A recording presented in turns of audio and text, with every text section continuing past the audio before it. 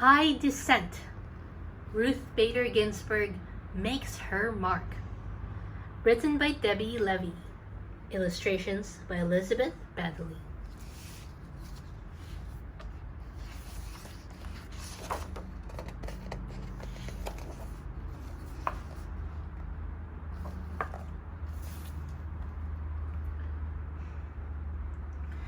You could say that Ruth Bader Ginsburg's life has been one disagreement after another. Disagreement with creaky old ideas, with unfairness, with inequality. Ruth has disagreed, disapproved, and differed. She has objected, she has resisted, she has dissented. Disagreeable? No. Determined? Yes. This is how Ruth Bader Ginsburg changed her life and ours.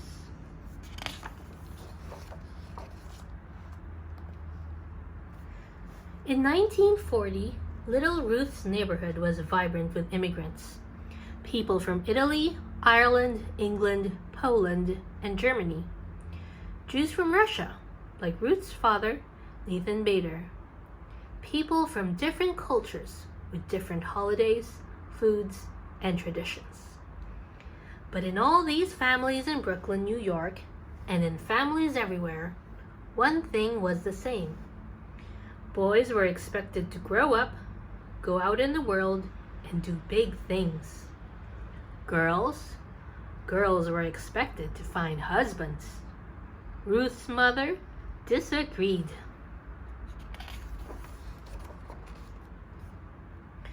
Celia Amster Bader thought girls should also have the chance to make their mark on the world. So she took Ruth to the library. On the shelves were stories of girls and women who did big things. Ruth read about Nancy Drew, girl detective. She discovered Amelia Earhart, daring aviator. She learned of Athena, goddess of Greek myths.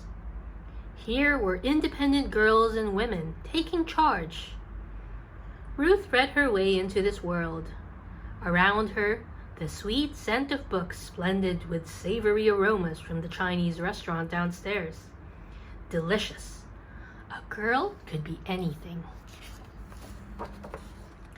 Sometimes, Ruth and her parents took car trips out of the crowded city. As they drove past a hotel in Pennsylvania, Ruth saw a sign. No dogs or Jews allowed. This was how it was in those days. Hotels, restaurants, even entire neighborhoods announcing, no Jews, no colored, no Mexicans, whites only, white only, not welcome, not allowed. Ruth and her family were Jewish. This was prejudice, pure and simple. Now it was Ruth's turn to disagree. She disagreed by never forgetting how it felt to read such words. She never forgot the sting of prejudice. In elementary school, Ruth was excellent in some classes and less excellent in others. Her favorites were English, history, and gym. In those she did well. But then there was handwriting. Ruth was left-handed. Back then, teachers told left-handers they should try to write with their right hands. Ruth's right-handed penmanship was so bad, she earned a D on her penmanship test. She cried. Then she protested. Ruth protested by writing with her left hand from that day forward, and it turned out she had quite nice handwriting. Ruth also had a little problem with sewing and cooking. These were her least favorite classes, but girls had to take them. Boys took shop, where they worked with saws and other tools. Ruth objected. She wanted to take shop. She wanted to handle a saw. She didn't get what she wanted. It may have been unfair to girls and to boys, But Ruth was learning that sometimes life was like that. Ruth loved music. She especially loved opera. In music class, she lifted her voice in song. This time, it was Ruth's music teacher who objected, gently. Ruth simply could not carry a tune. The teacher asked Ruth not to sing out loud in the chorus. Ruth kept singing in the shower and in her dreams. She continued to adore opera too.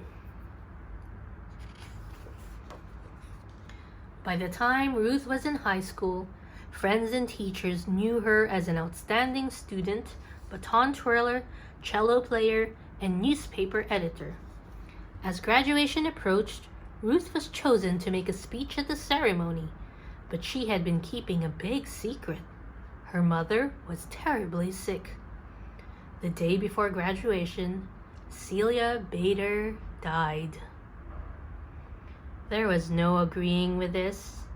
There was no disagreeing. This simply was. Ruth did not go to her graduation. She did not give her speech. Still, Ruth knew what her mother wanted. 3 months later, she left home to attend college.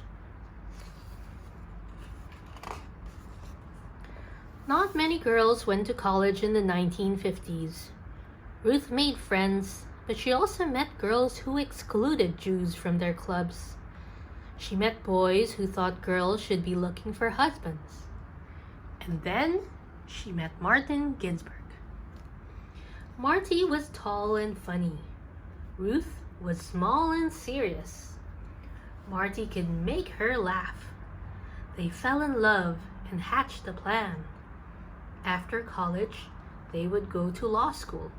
Both of them. Lawyers, Ruth had learned, could fight unfairness and prejudice in courts. People thought it was a fine idea for Marty to attend law school. They didn't think Ruth should go.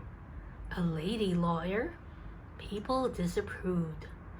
Ruth disapproved right back.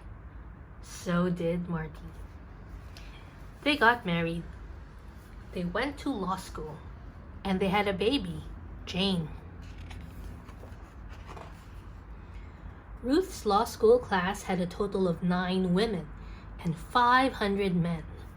She studied mightily and tied for first place in the class. And yet at graduation time, no one would hire this brilliant new lawyer. Why not? She was a woman. Men didn't want to work with a woman. She was a mother. Men thought a mother wouldn't pay attention to work. She was Jewish. Many people were still prejudiced. 3 strikes against her, but Ruth was not out. She resisted and persisted. Finally, a judge hired her, and she worked like mad for him.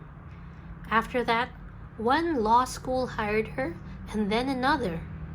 Ruth became one of the few female law professors in the whole country.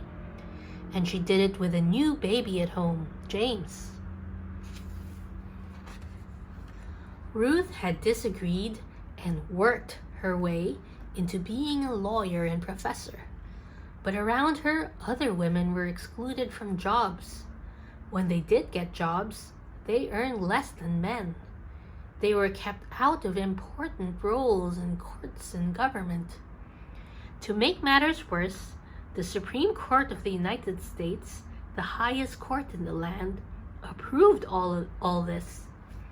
As one Supreme Court justice had written years before, the natural and proper timidity and delicacy which belongs to the female sex evidently unfits it for many of the occupations of civil life.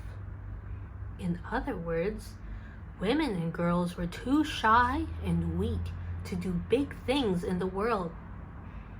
Another Supreme Court opinion declared, woman has always been dependent upon man.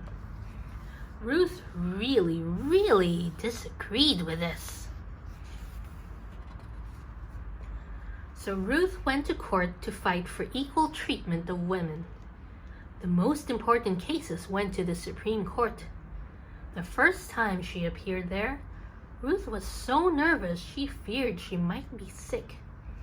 But standing before the 9 Supreme Court justices, Ruth imagined them as her students. She, Professor Ginsburg, needed to teach these students, who were all men, why a person's choices shouldn't be limited just because she was born a girl.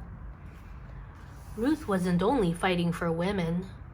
When women were excluded from the work world, men were excluded from home life. Why shouldn't a father stay home to care for his children and cook the meals? Why shouldn't his wife run a business? These were fresh ideas in the 1970s. Ruth did not win every case, but she won enough. With each victory, women and men and girls and boys enjoyed a little more equality.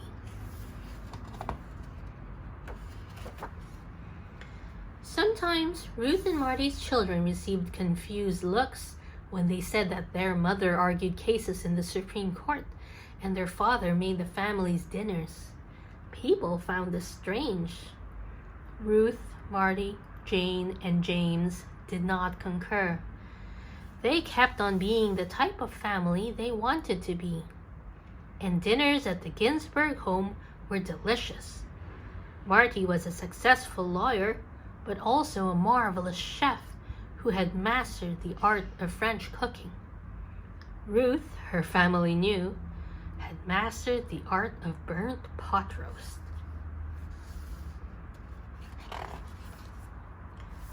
Ruth became well known as a lawyer, so well known that President Jimmy Carter chose her to be a judge in Washington, D.C. Then Ruth became known as a first-rate judge, and President Bill Clinton asked her to be a justice in the Supreme Court. Along with the 8 other Supreme Court justices, her job would be to decide the most significant cases and answer the most difficult legal questions in the United States. Ruth agreed. In 1993, Justice Ruth Bader Ginsburg became the first Jewish woman on the nation's highest court.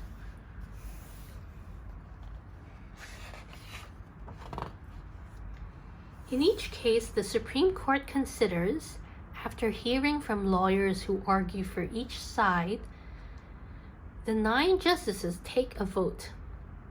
The side that gets the most votes wins the case.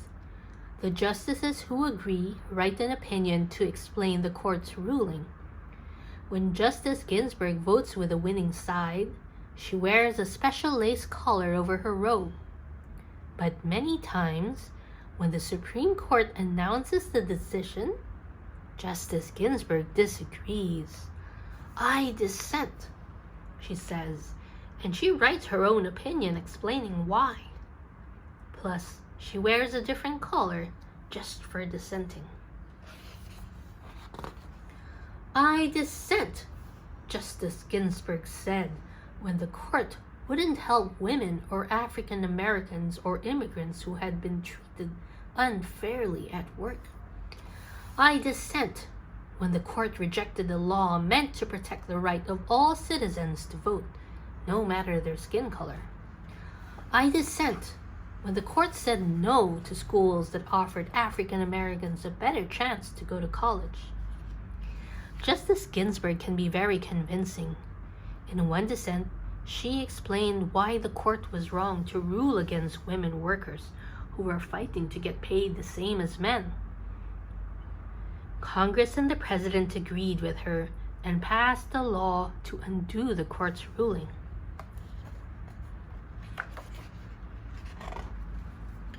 Justice Ginsburg has disagreed most often with the legal views of Justice Antonin Scalia, but they didn't just complain.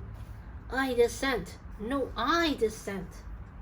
They shared their conflicting ideas. Each pointed out weaknesses in the other's arguments, and after their opinions were written, the 2 justices had fun with each other.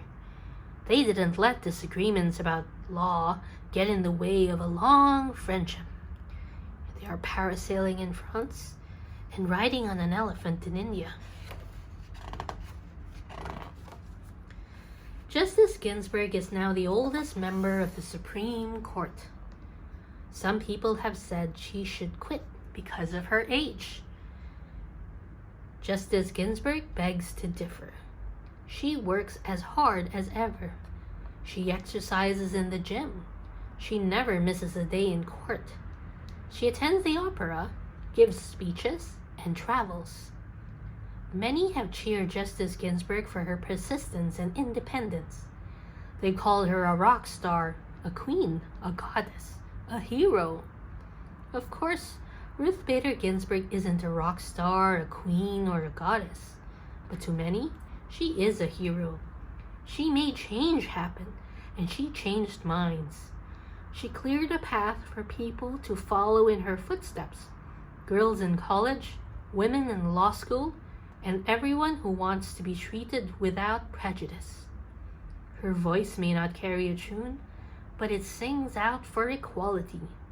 Step by step, she has made a difference. One disagreement after another.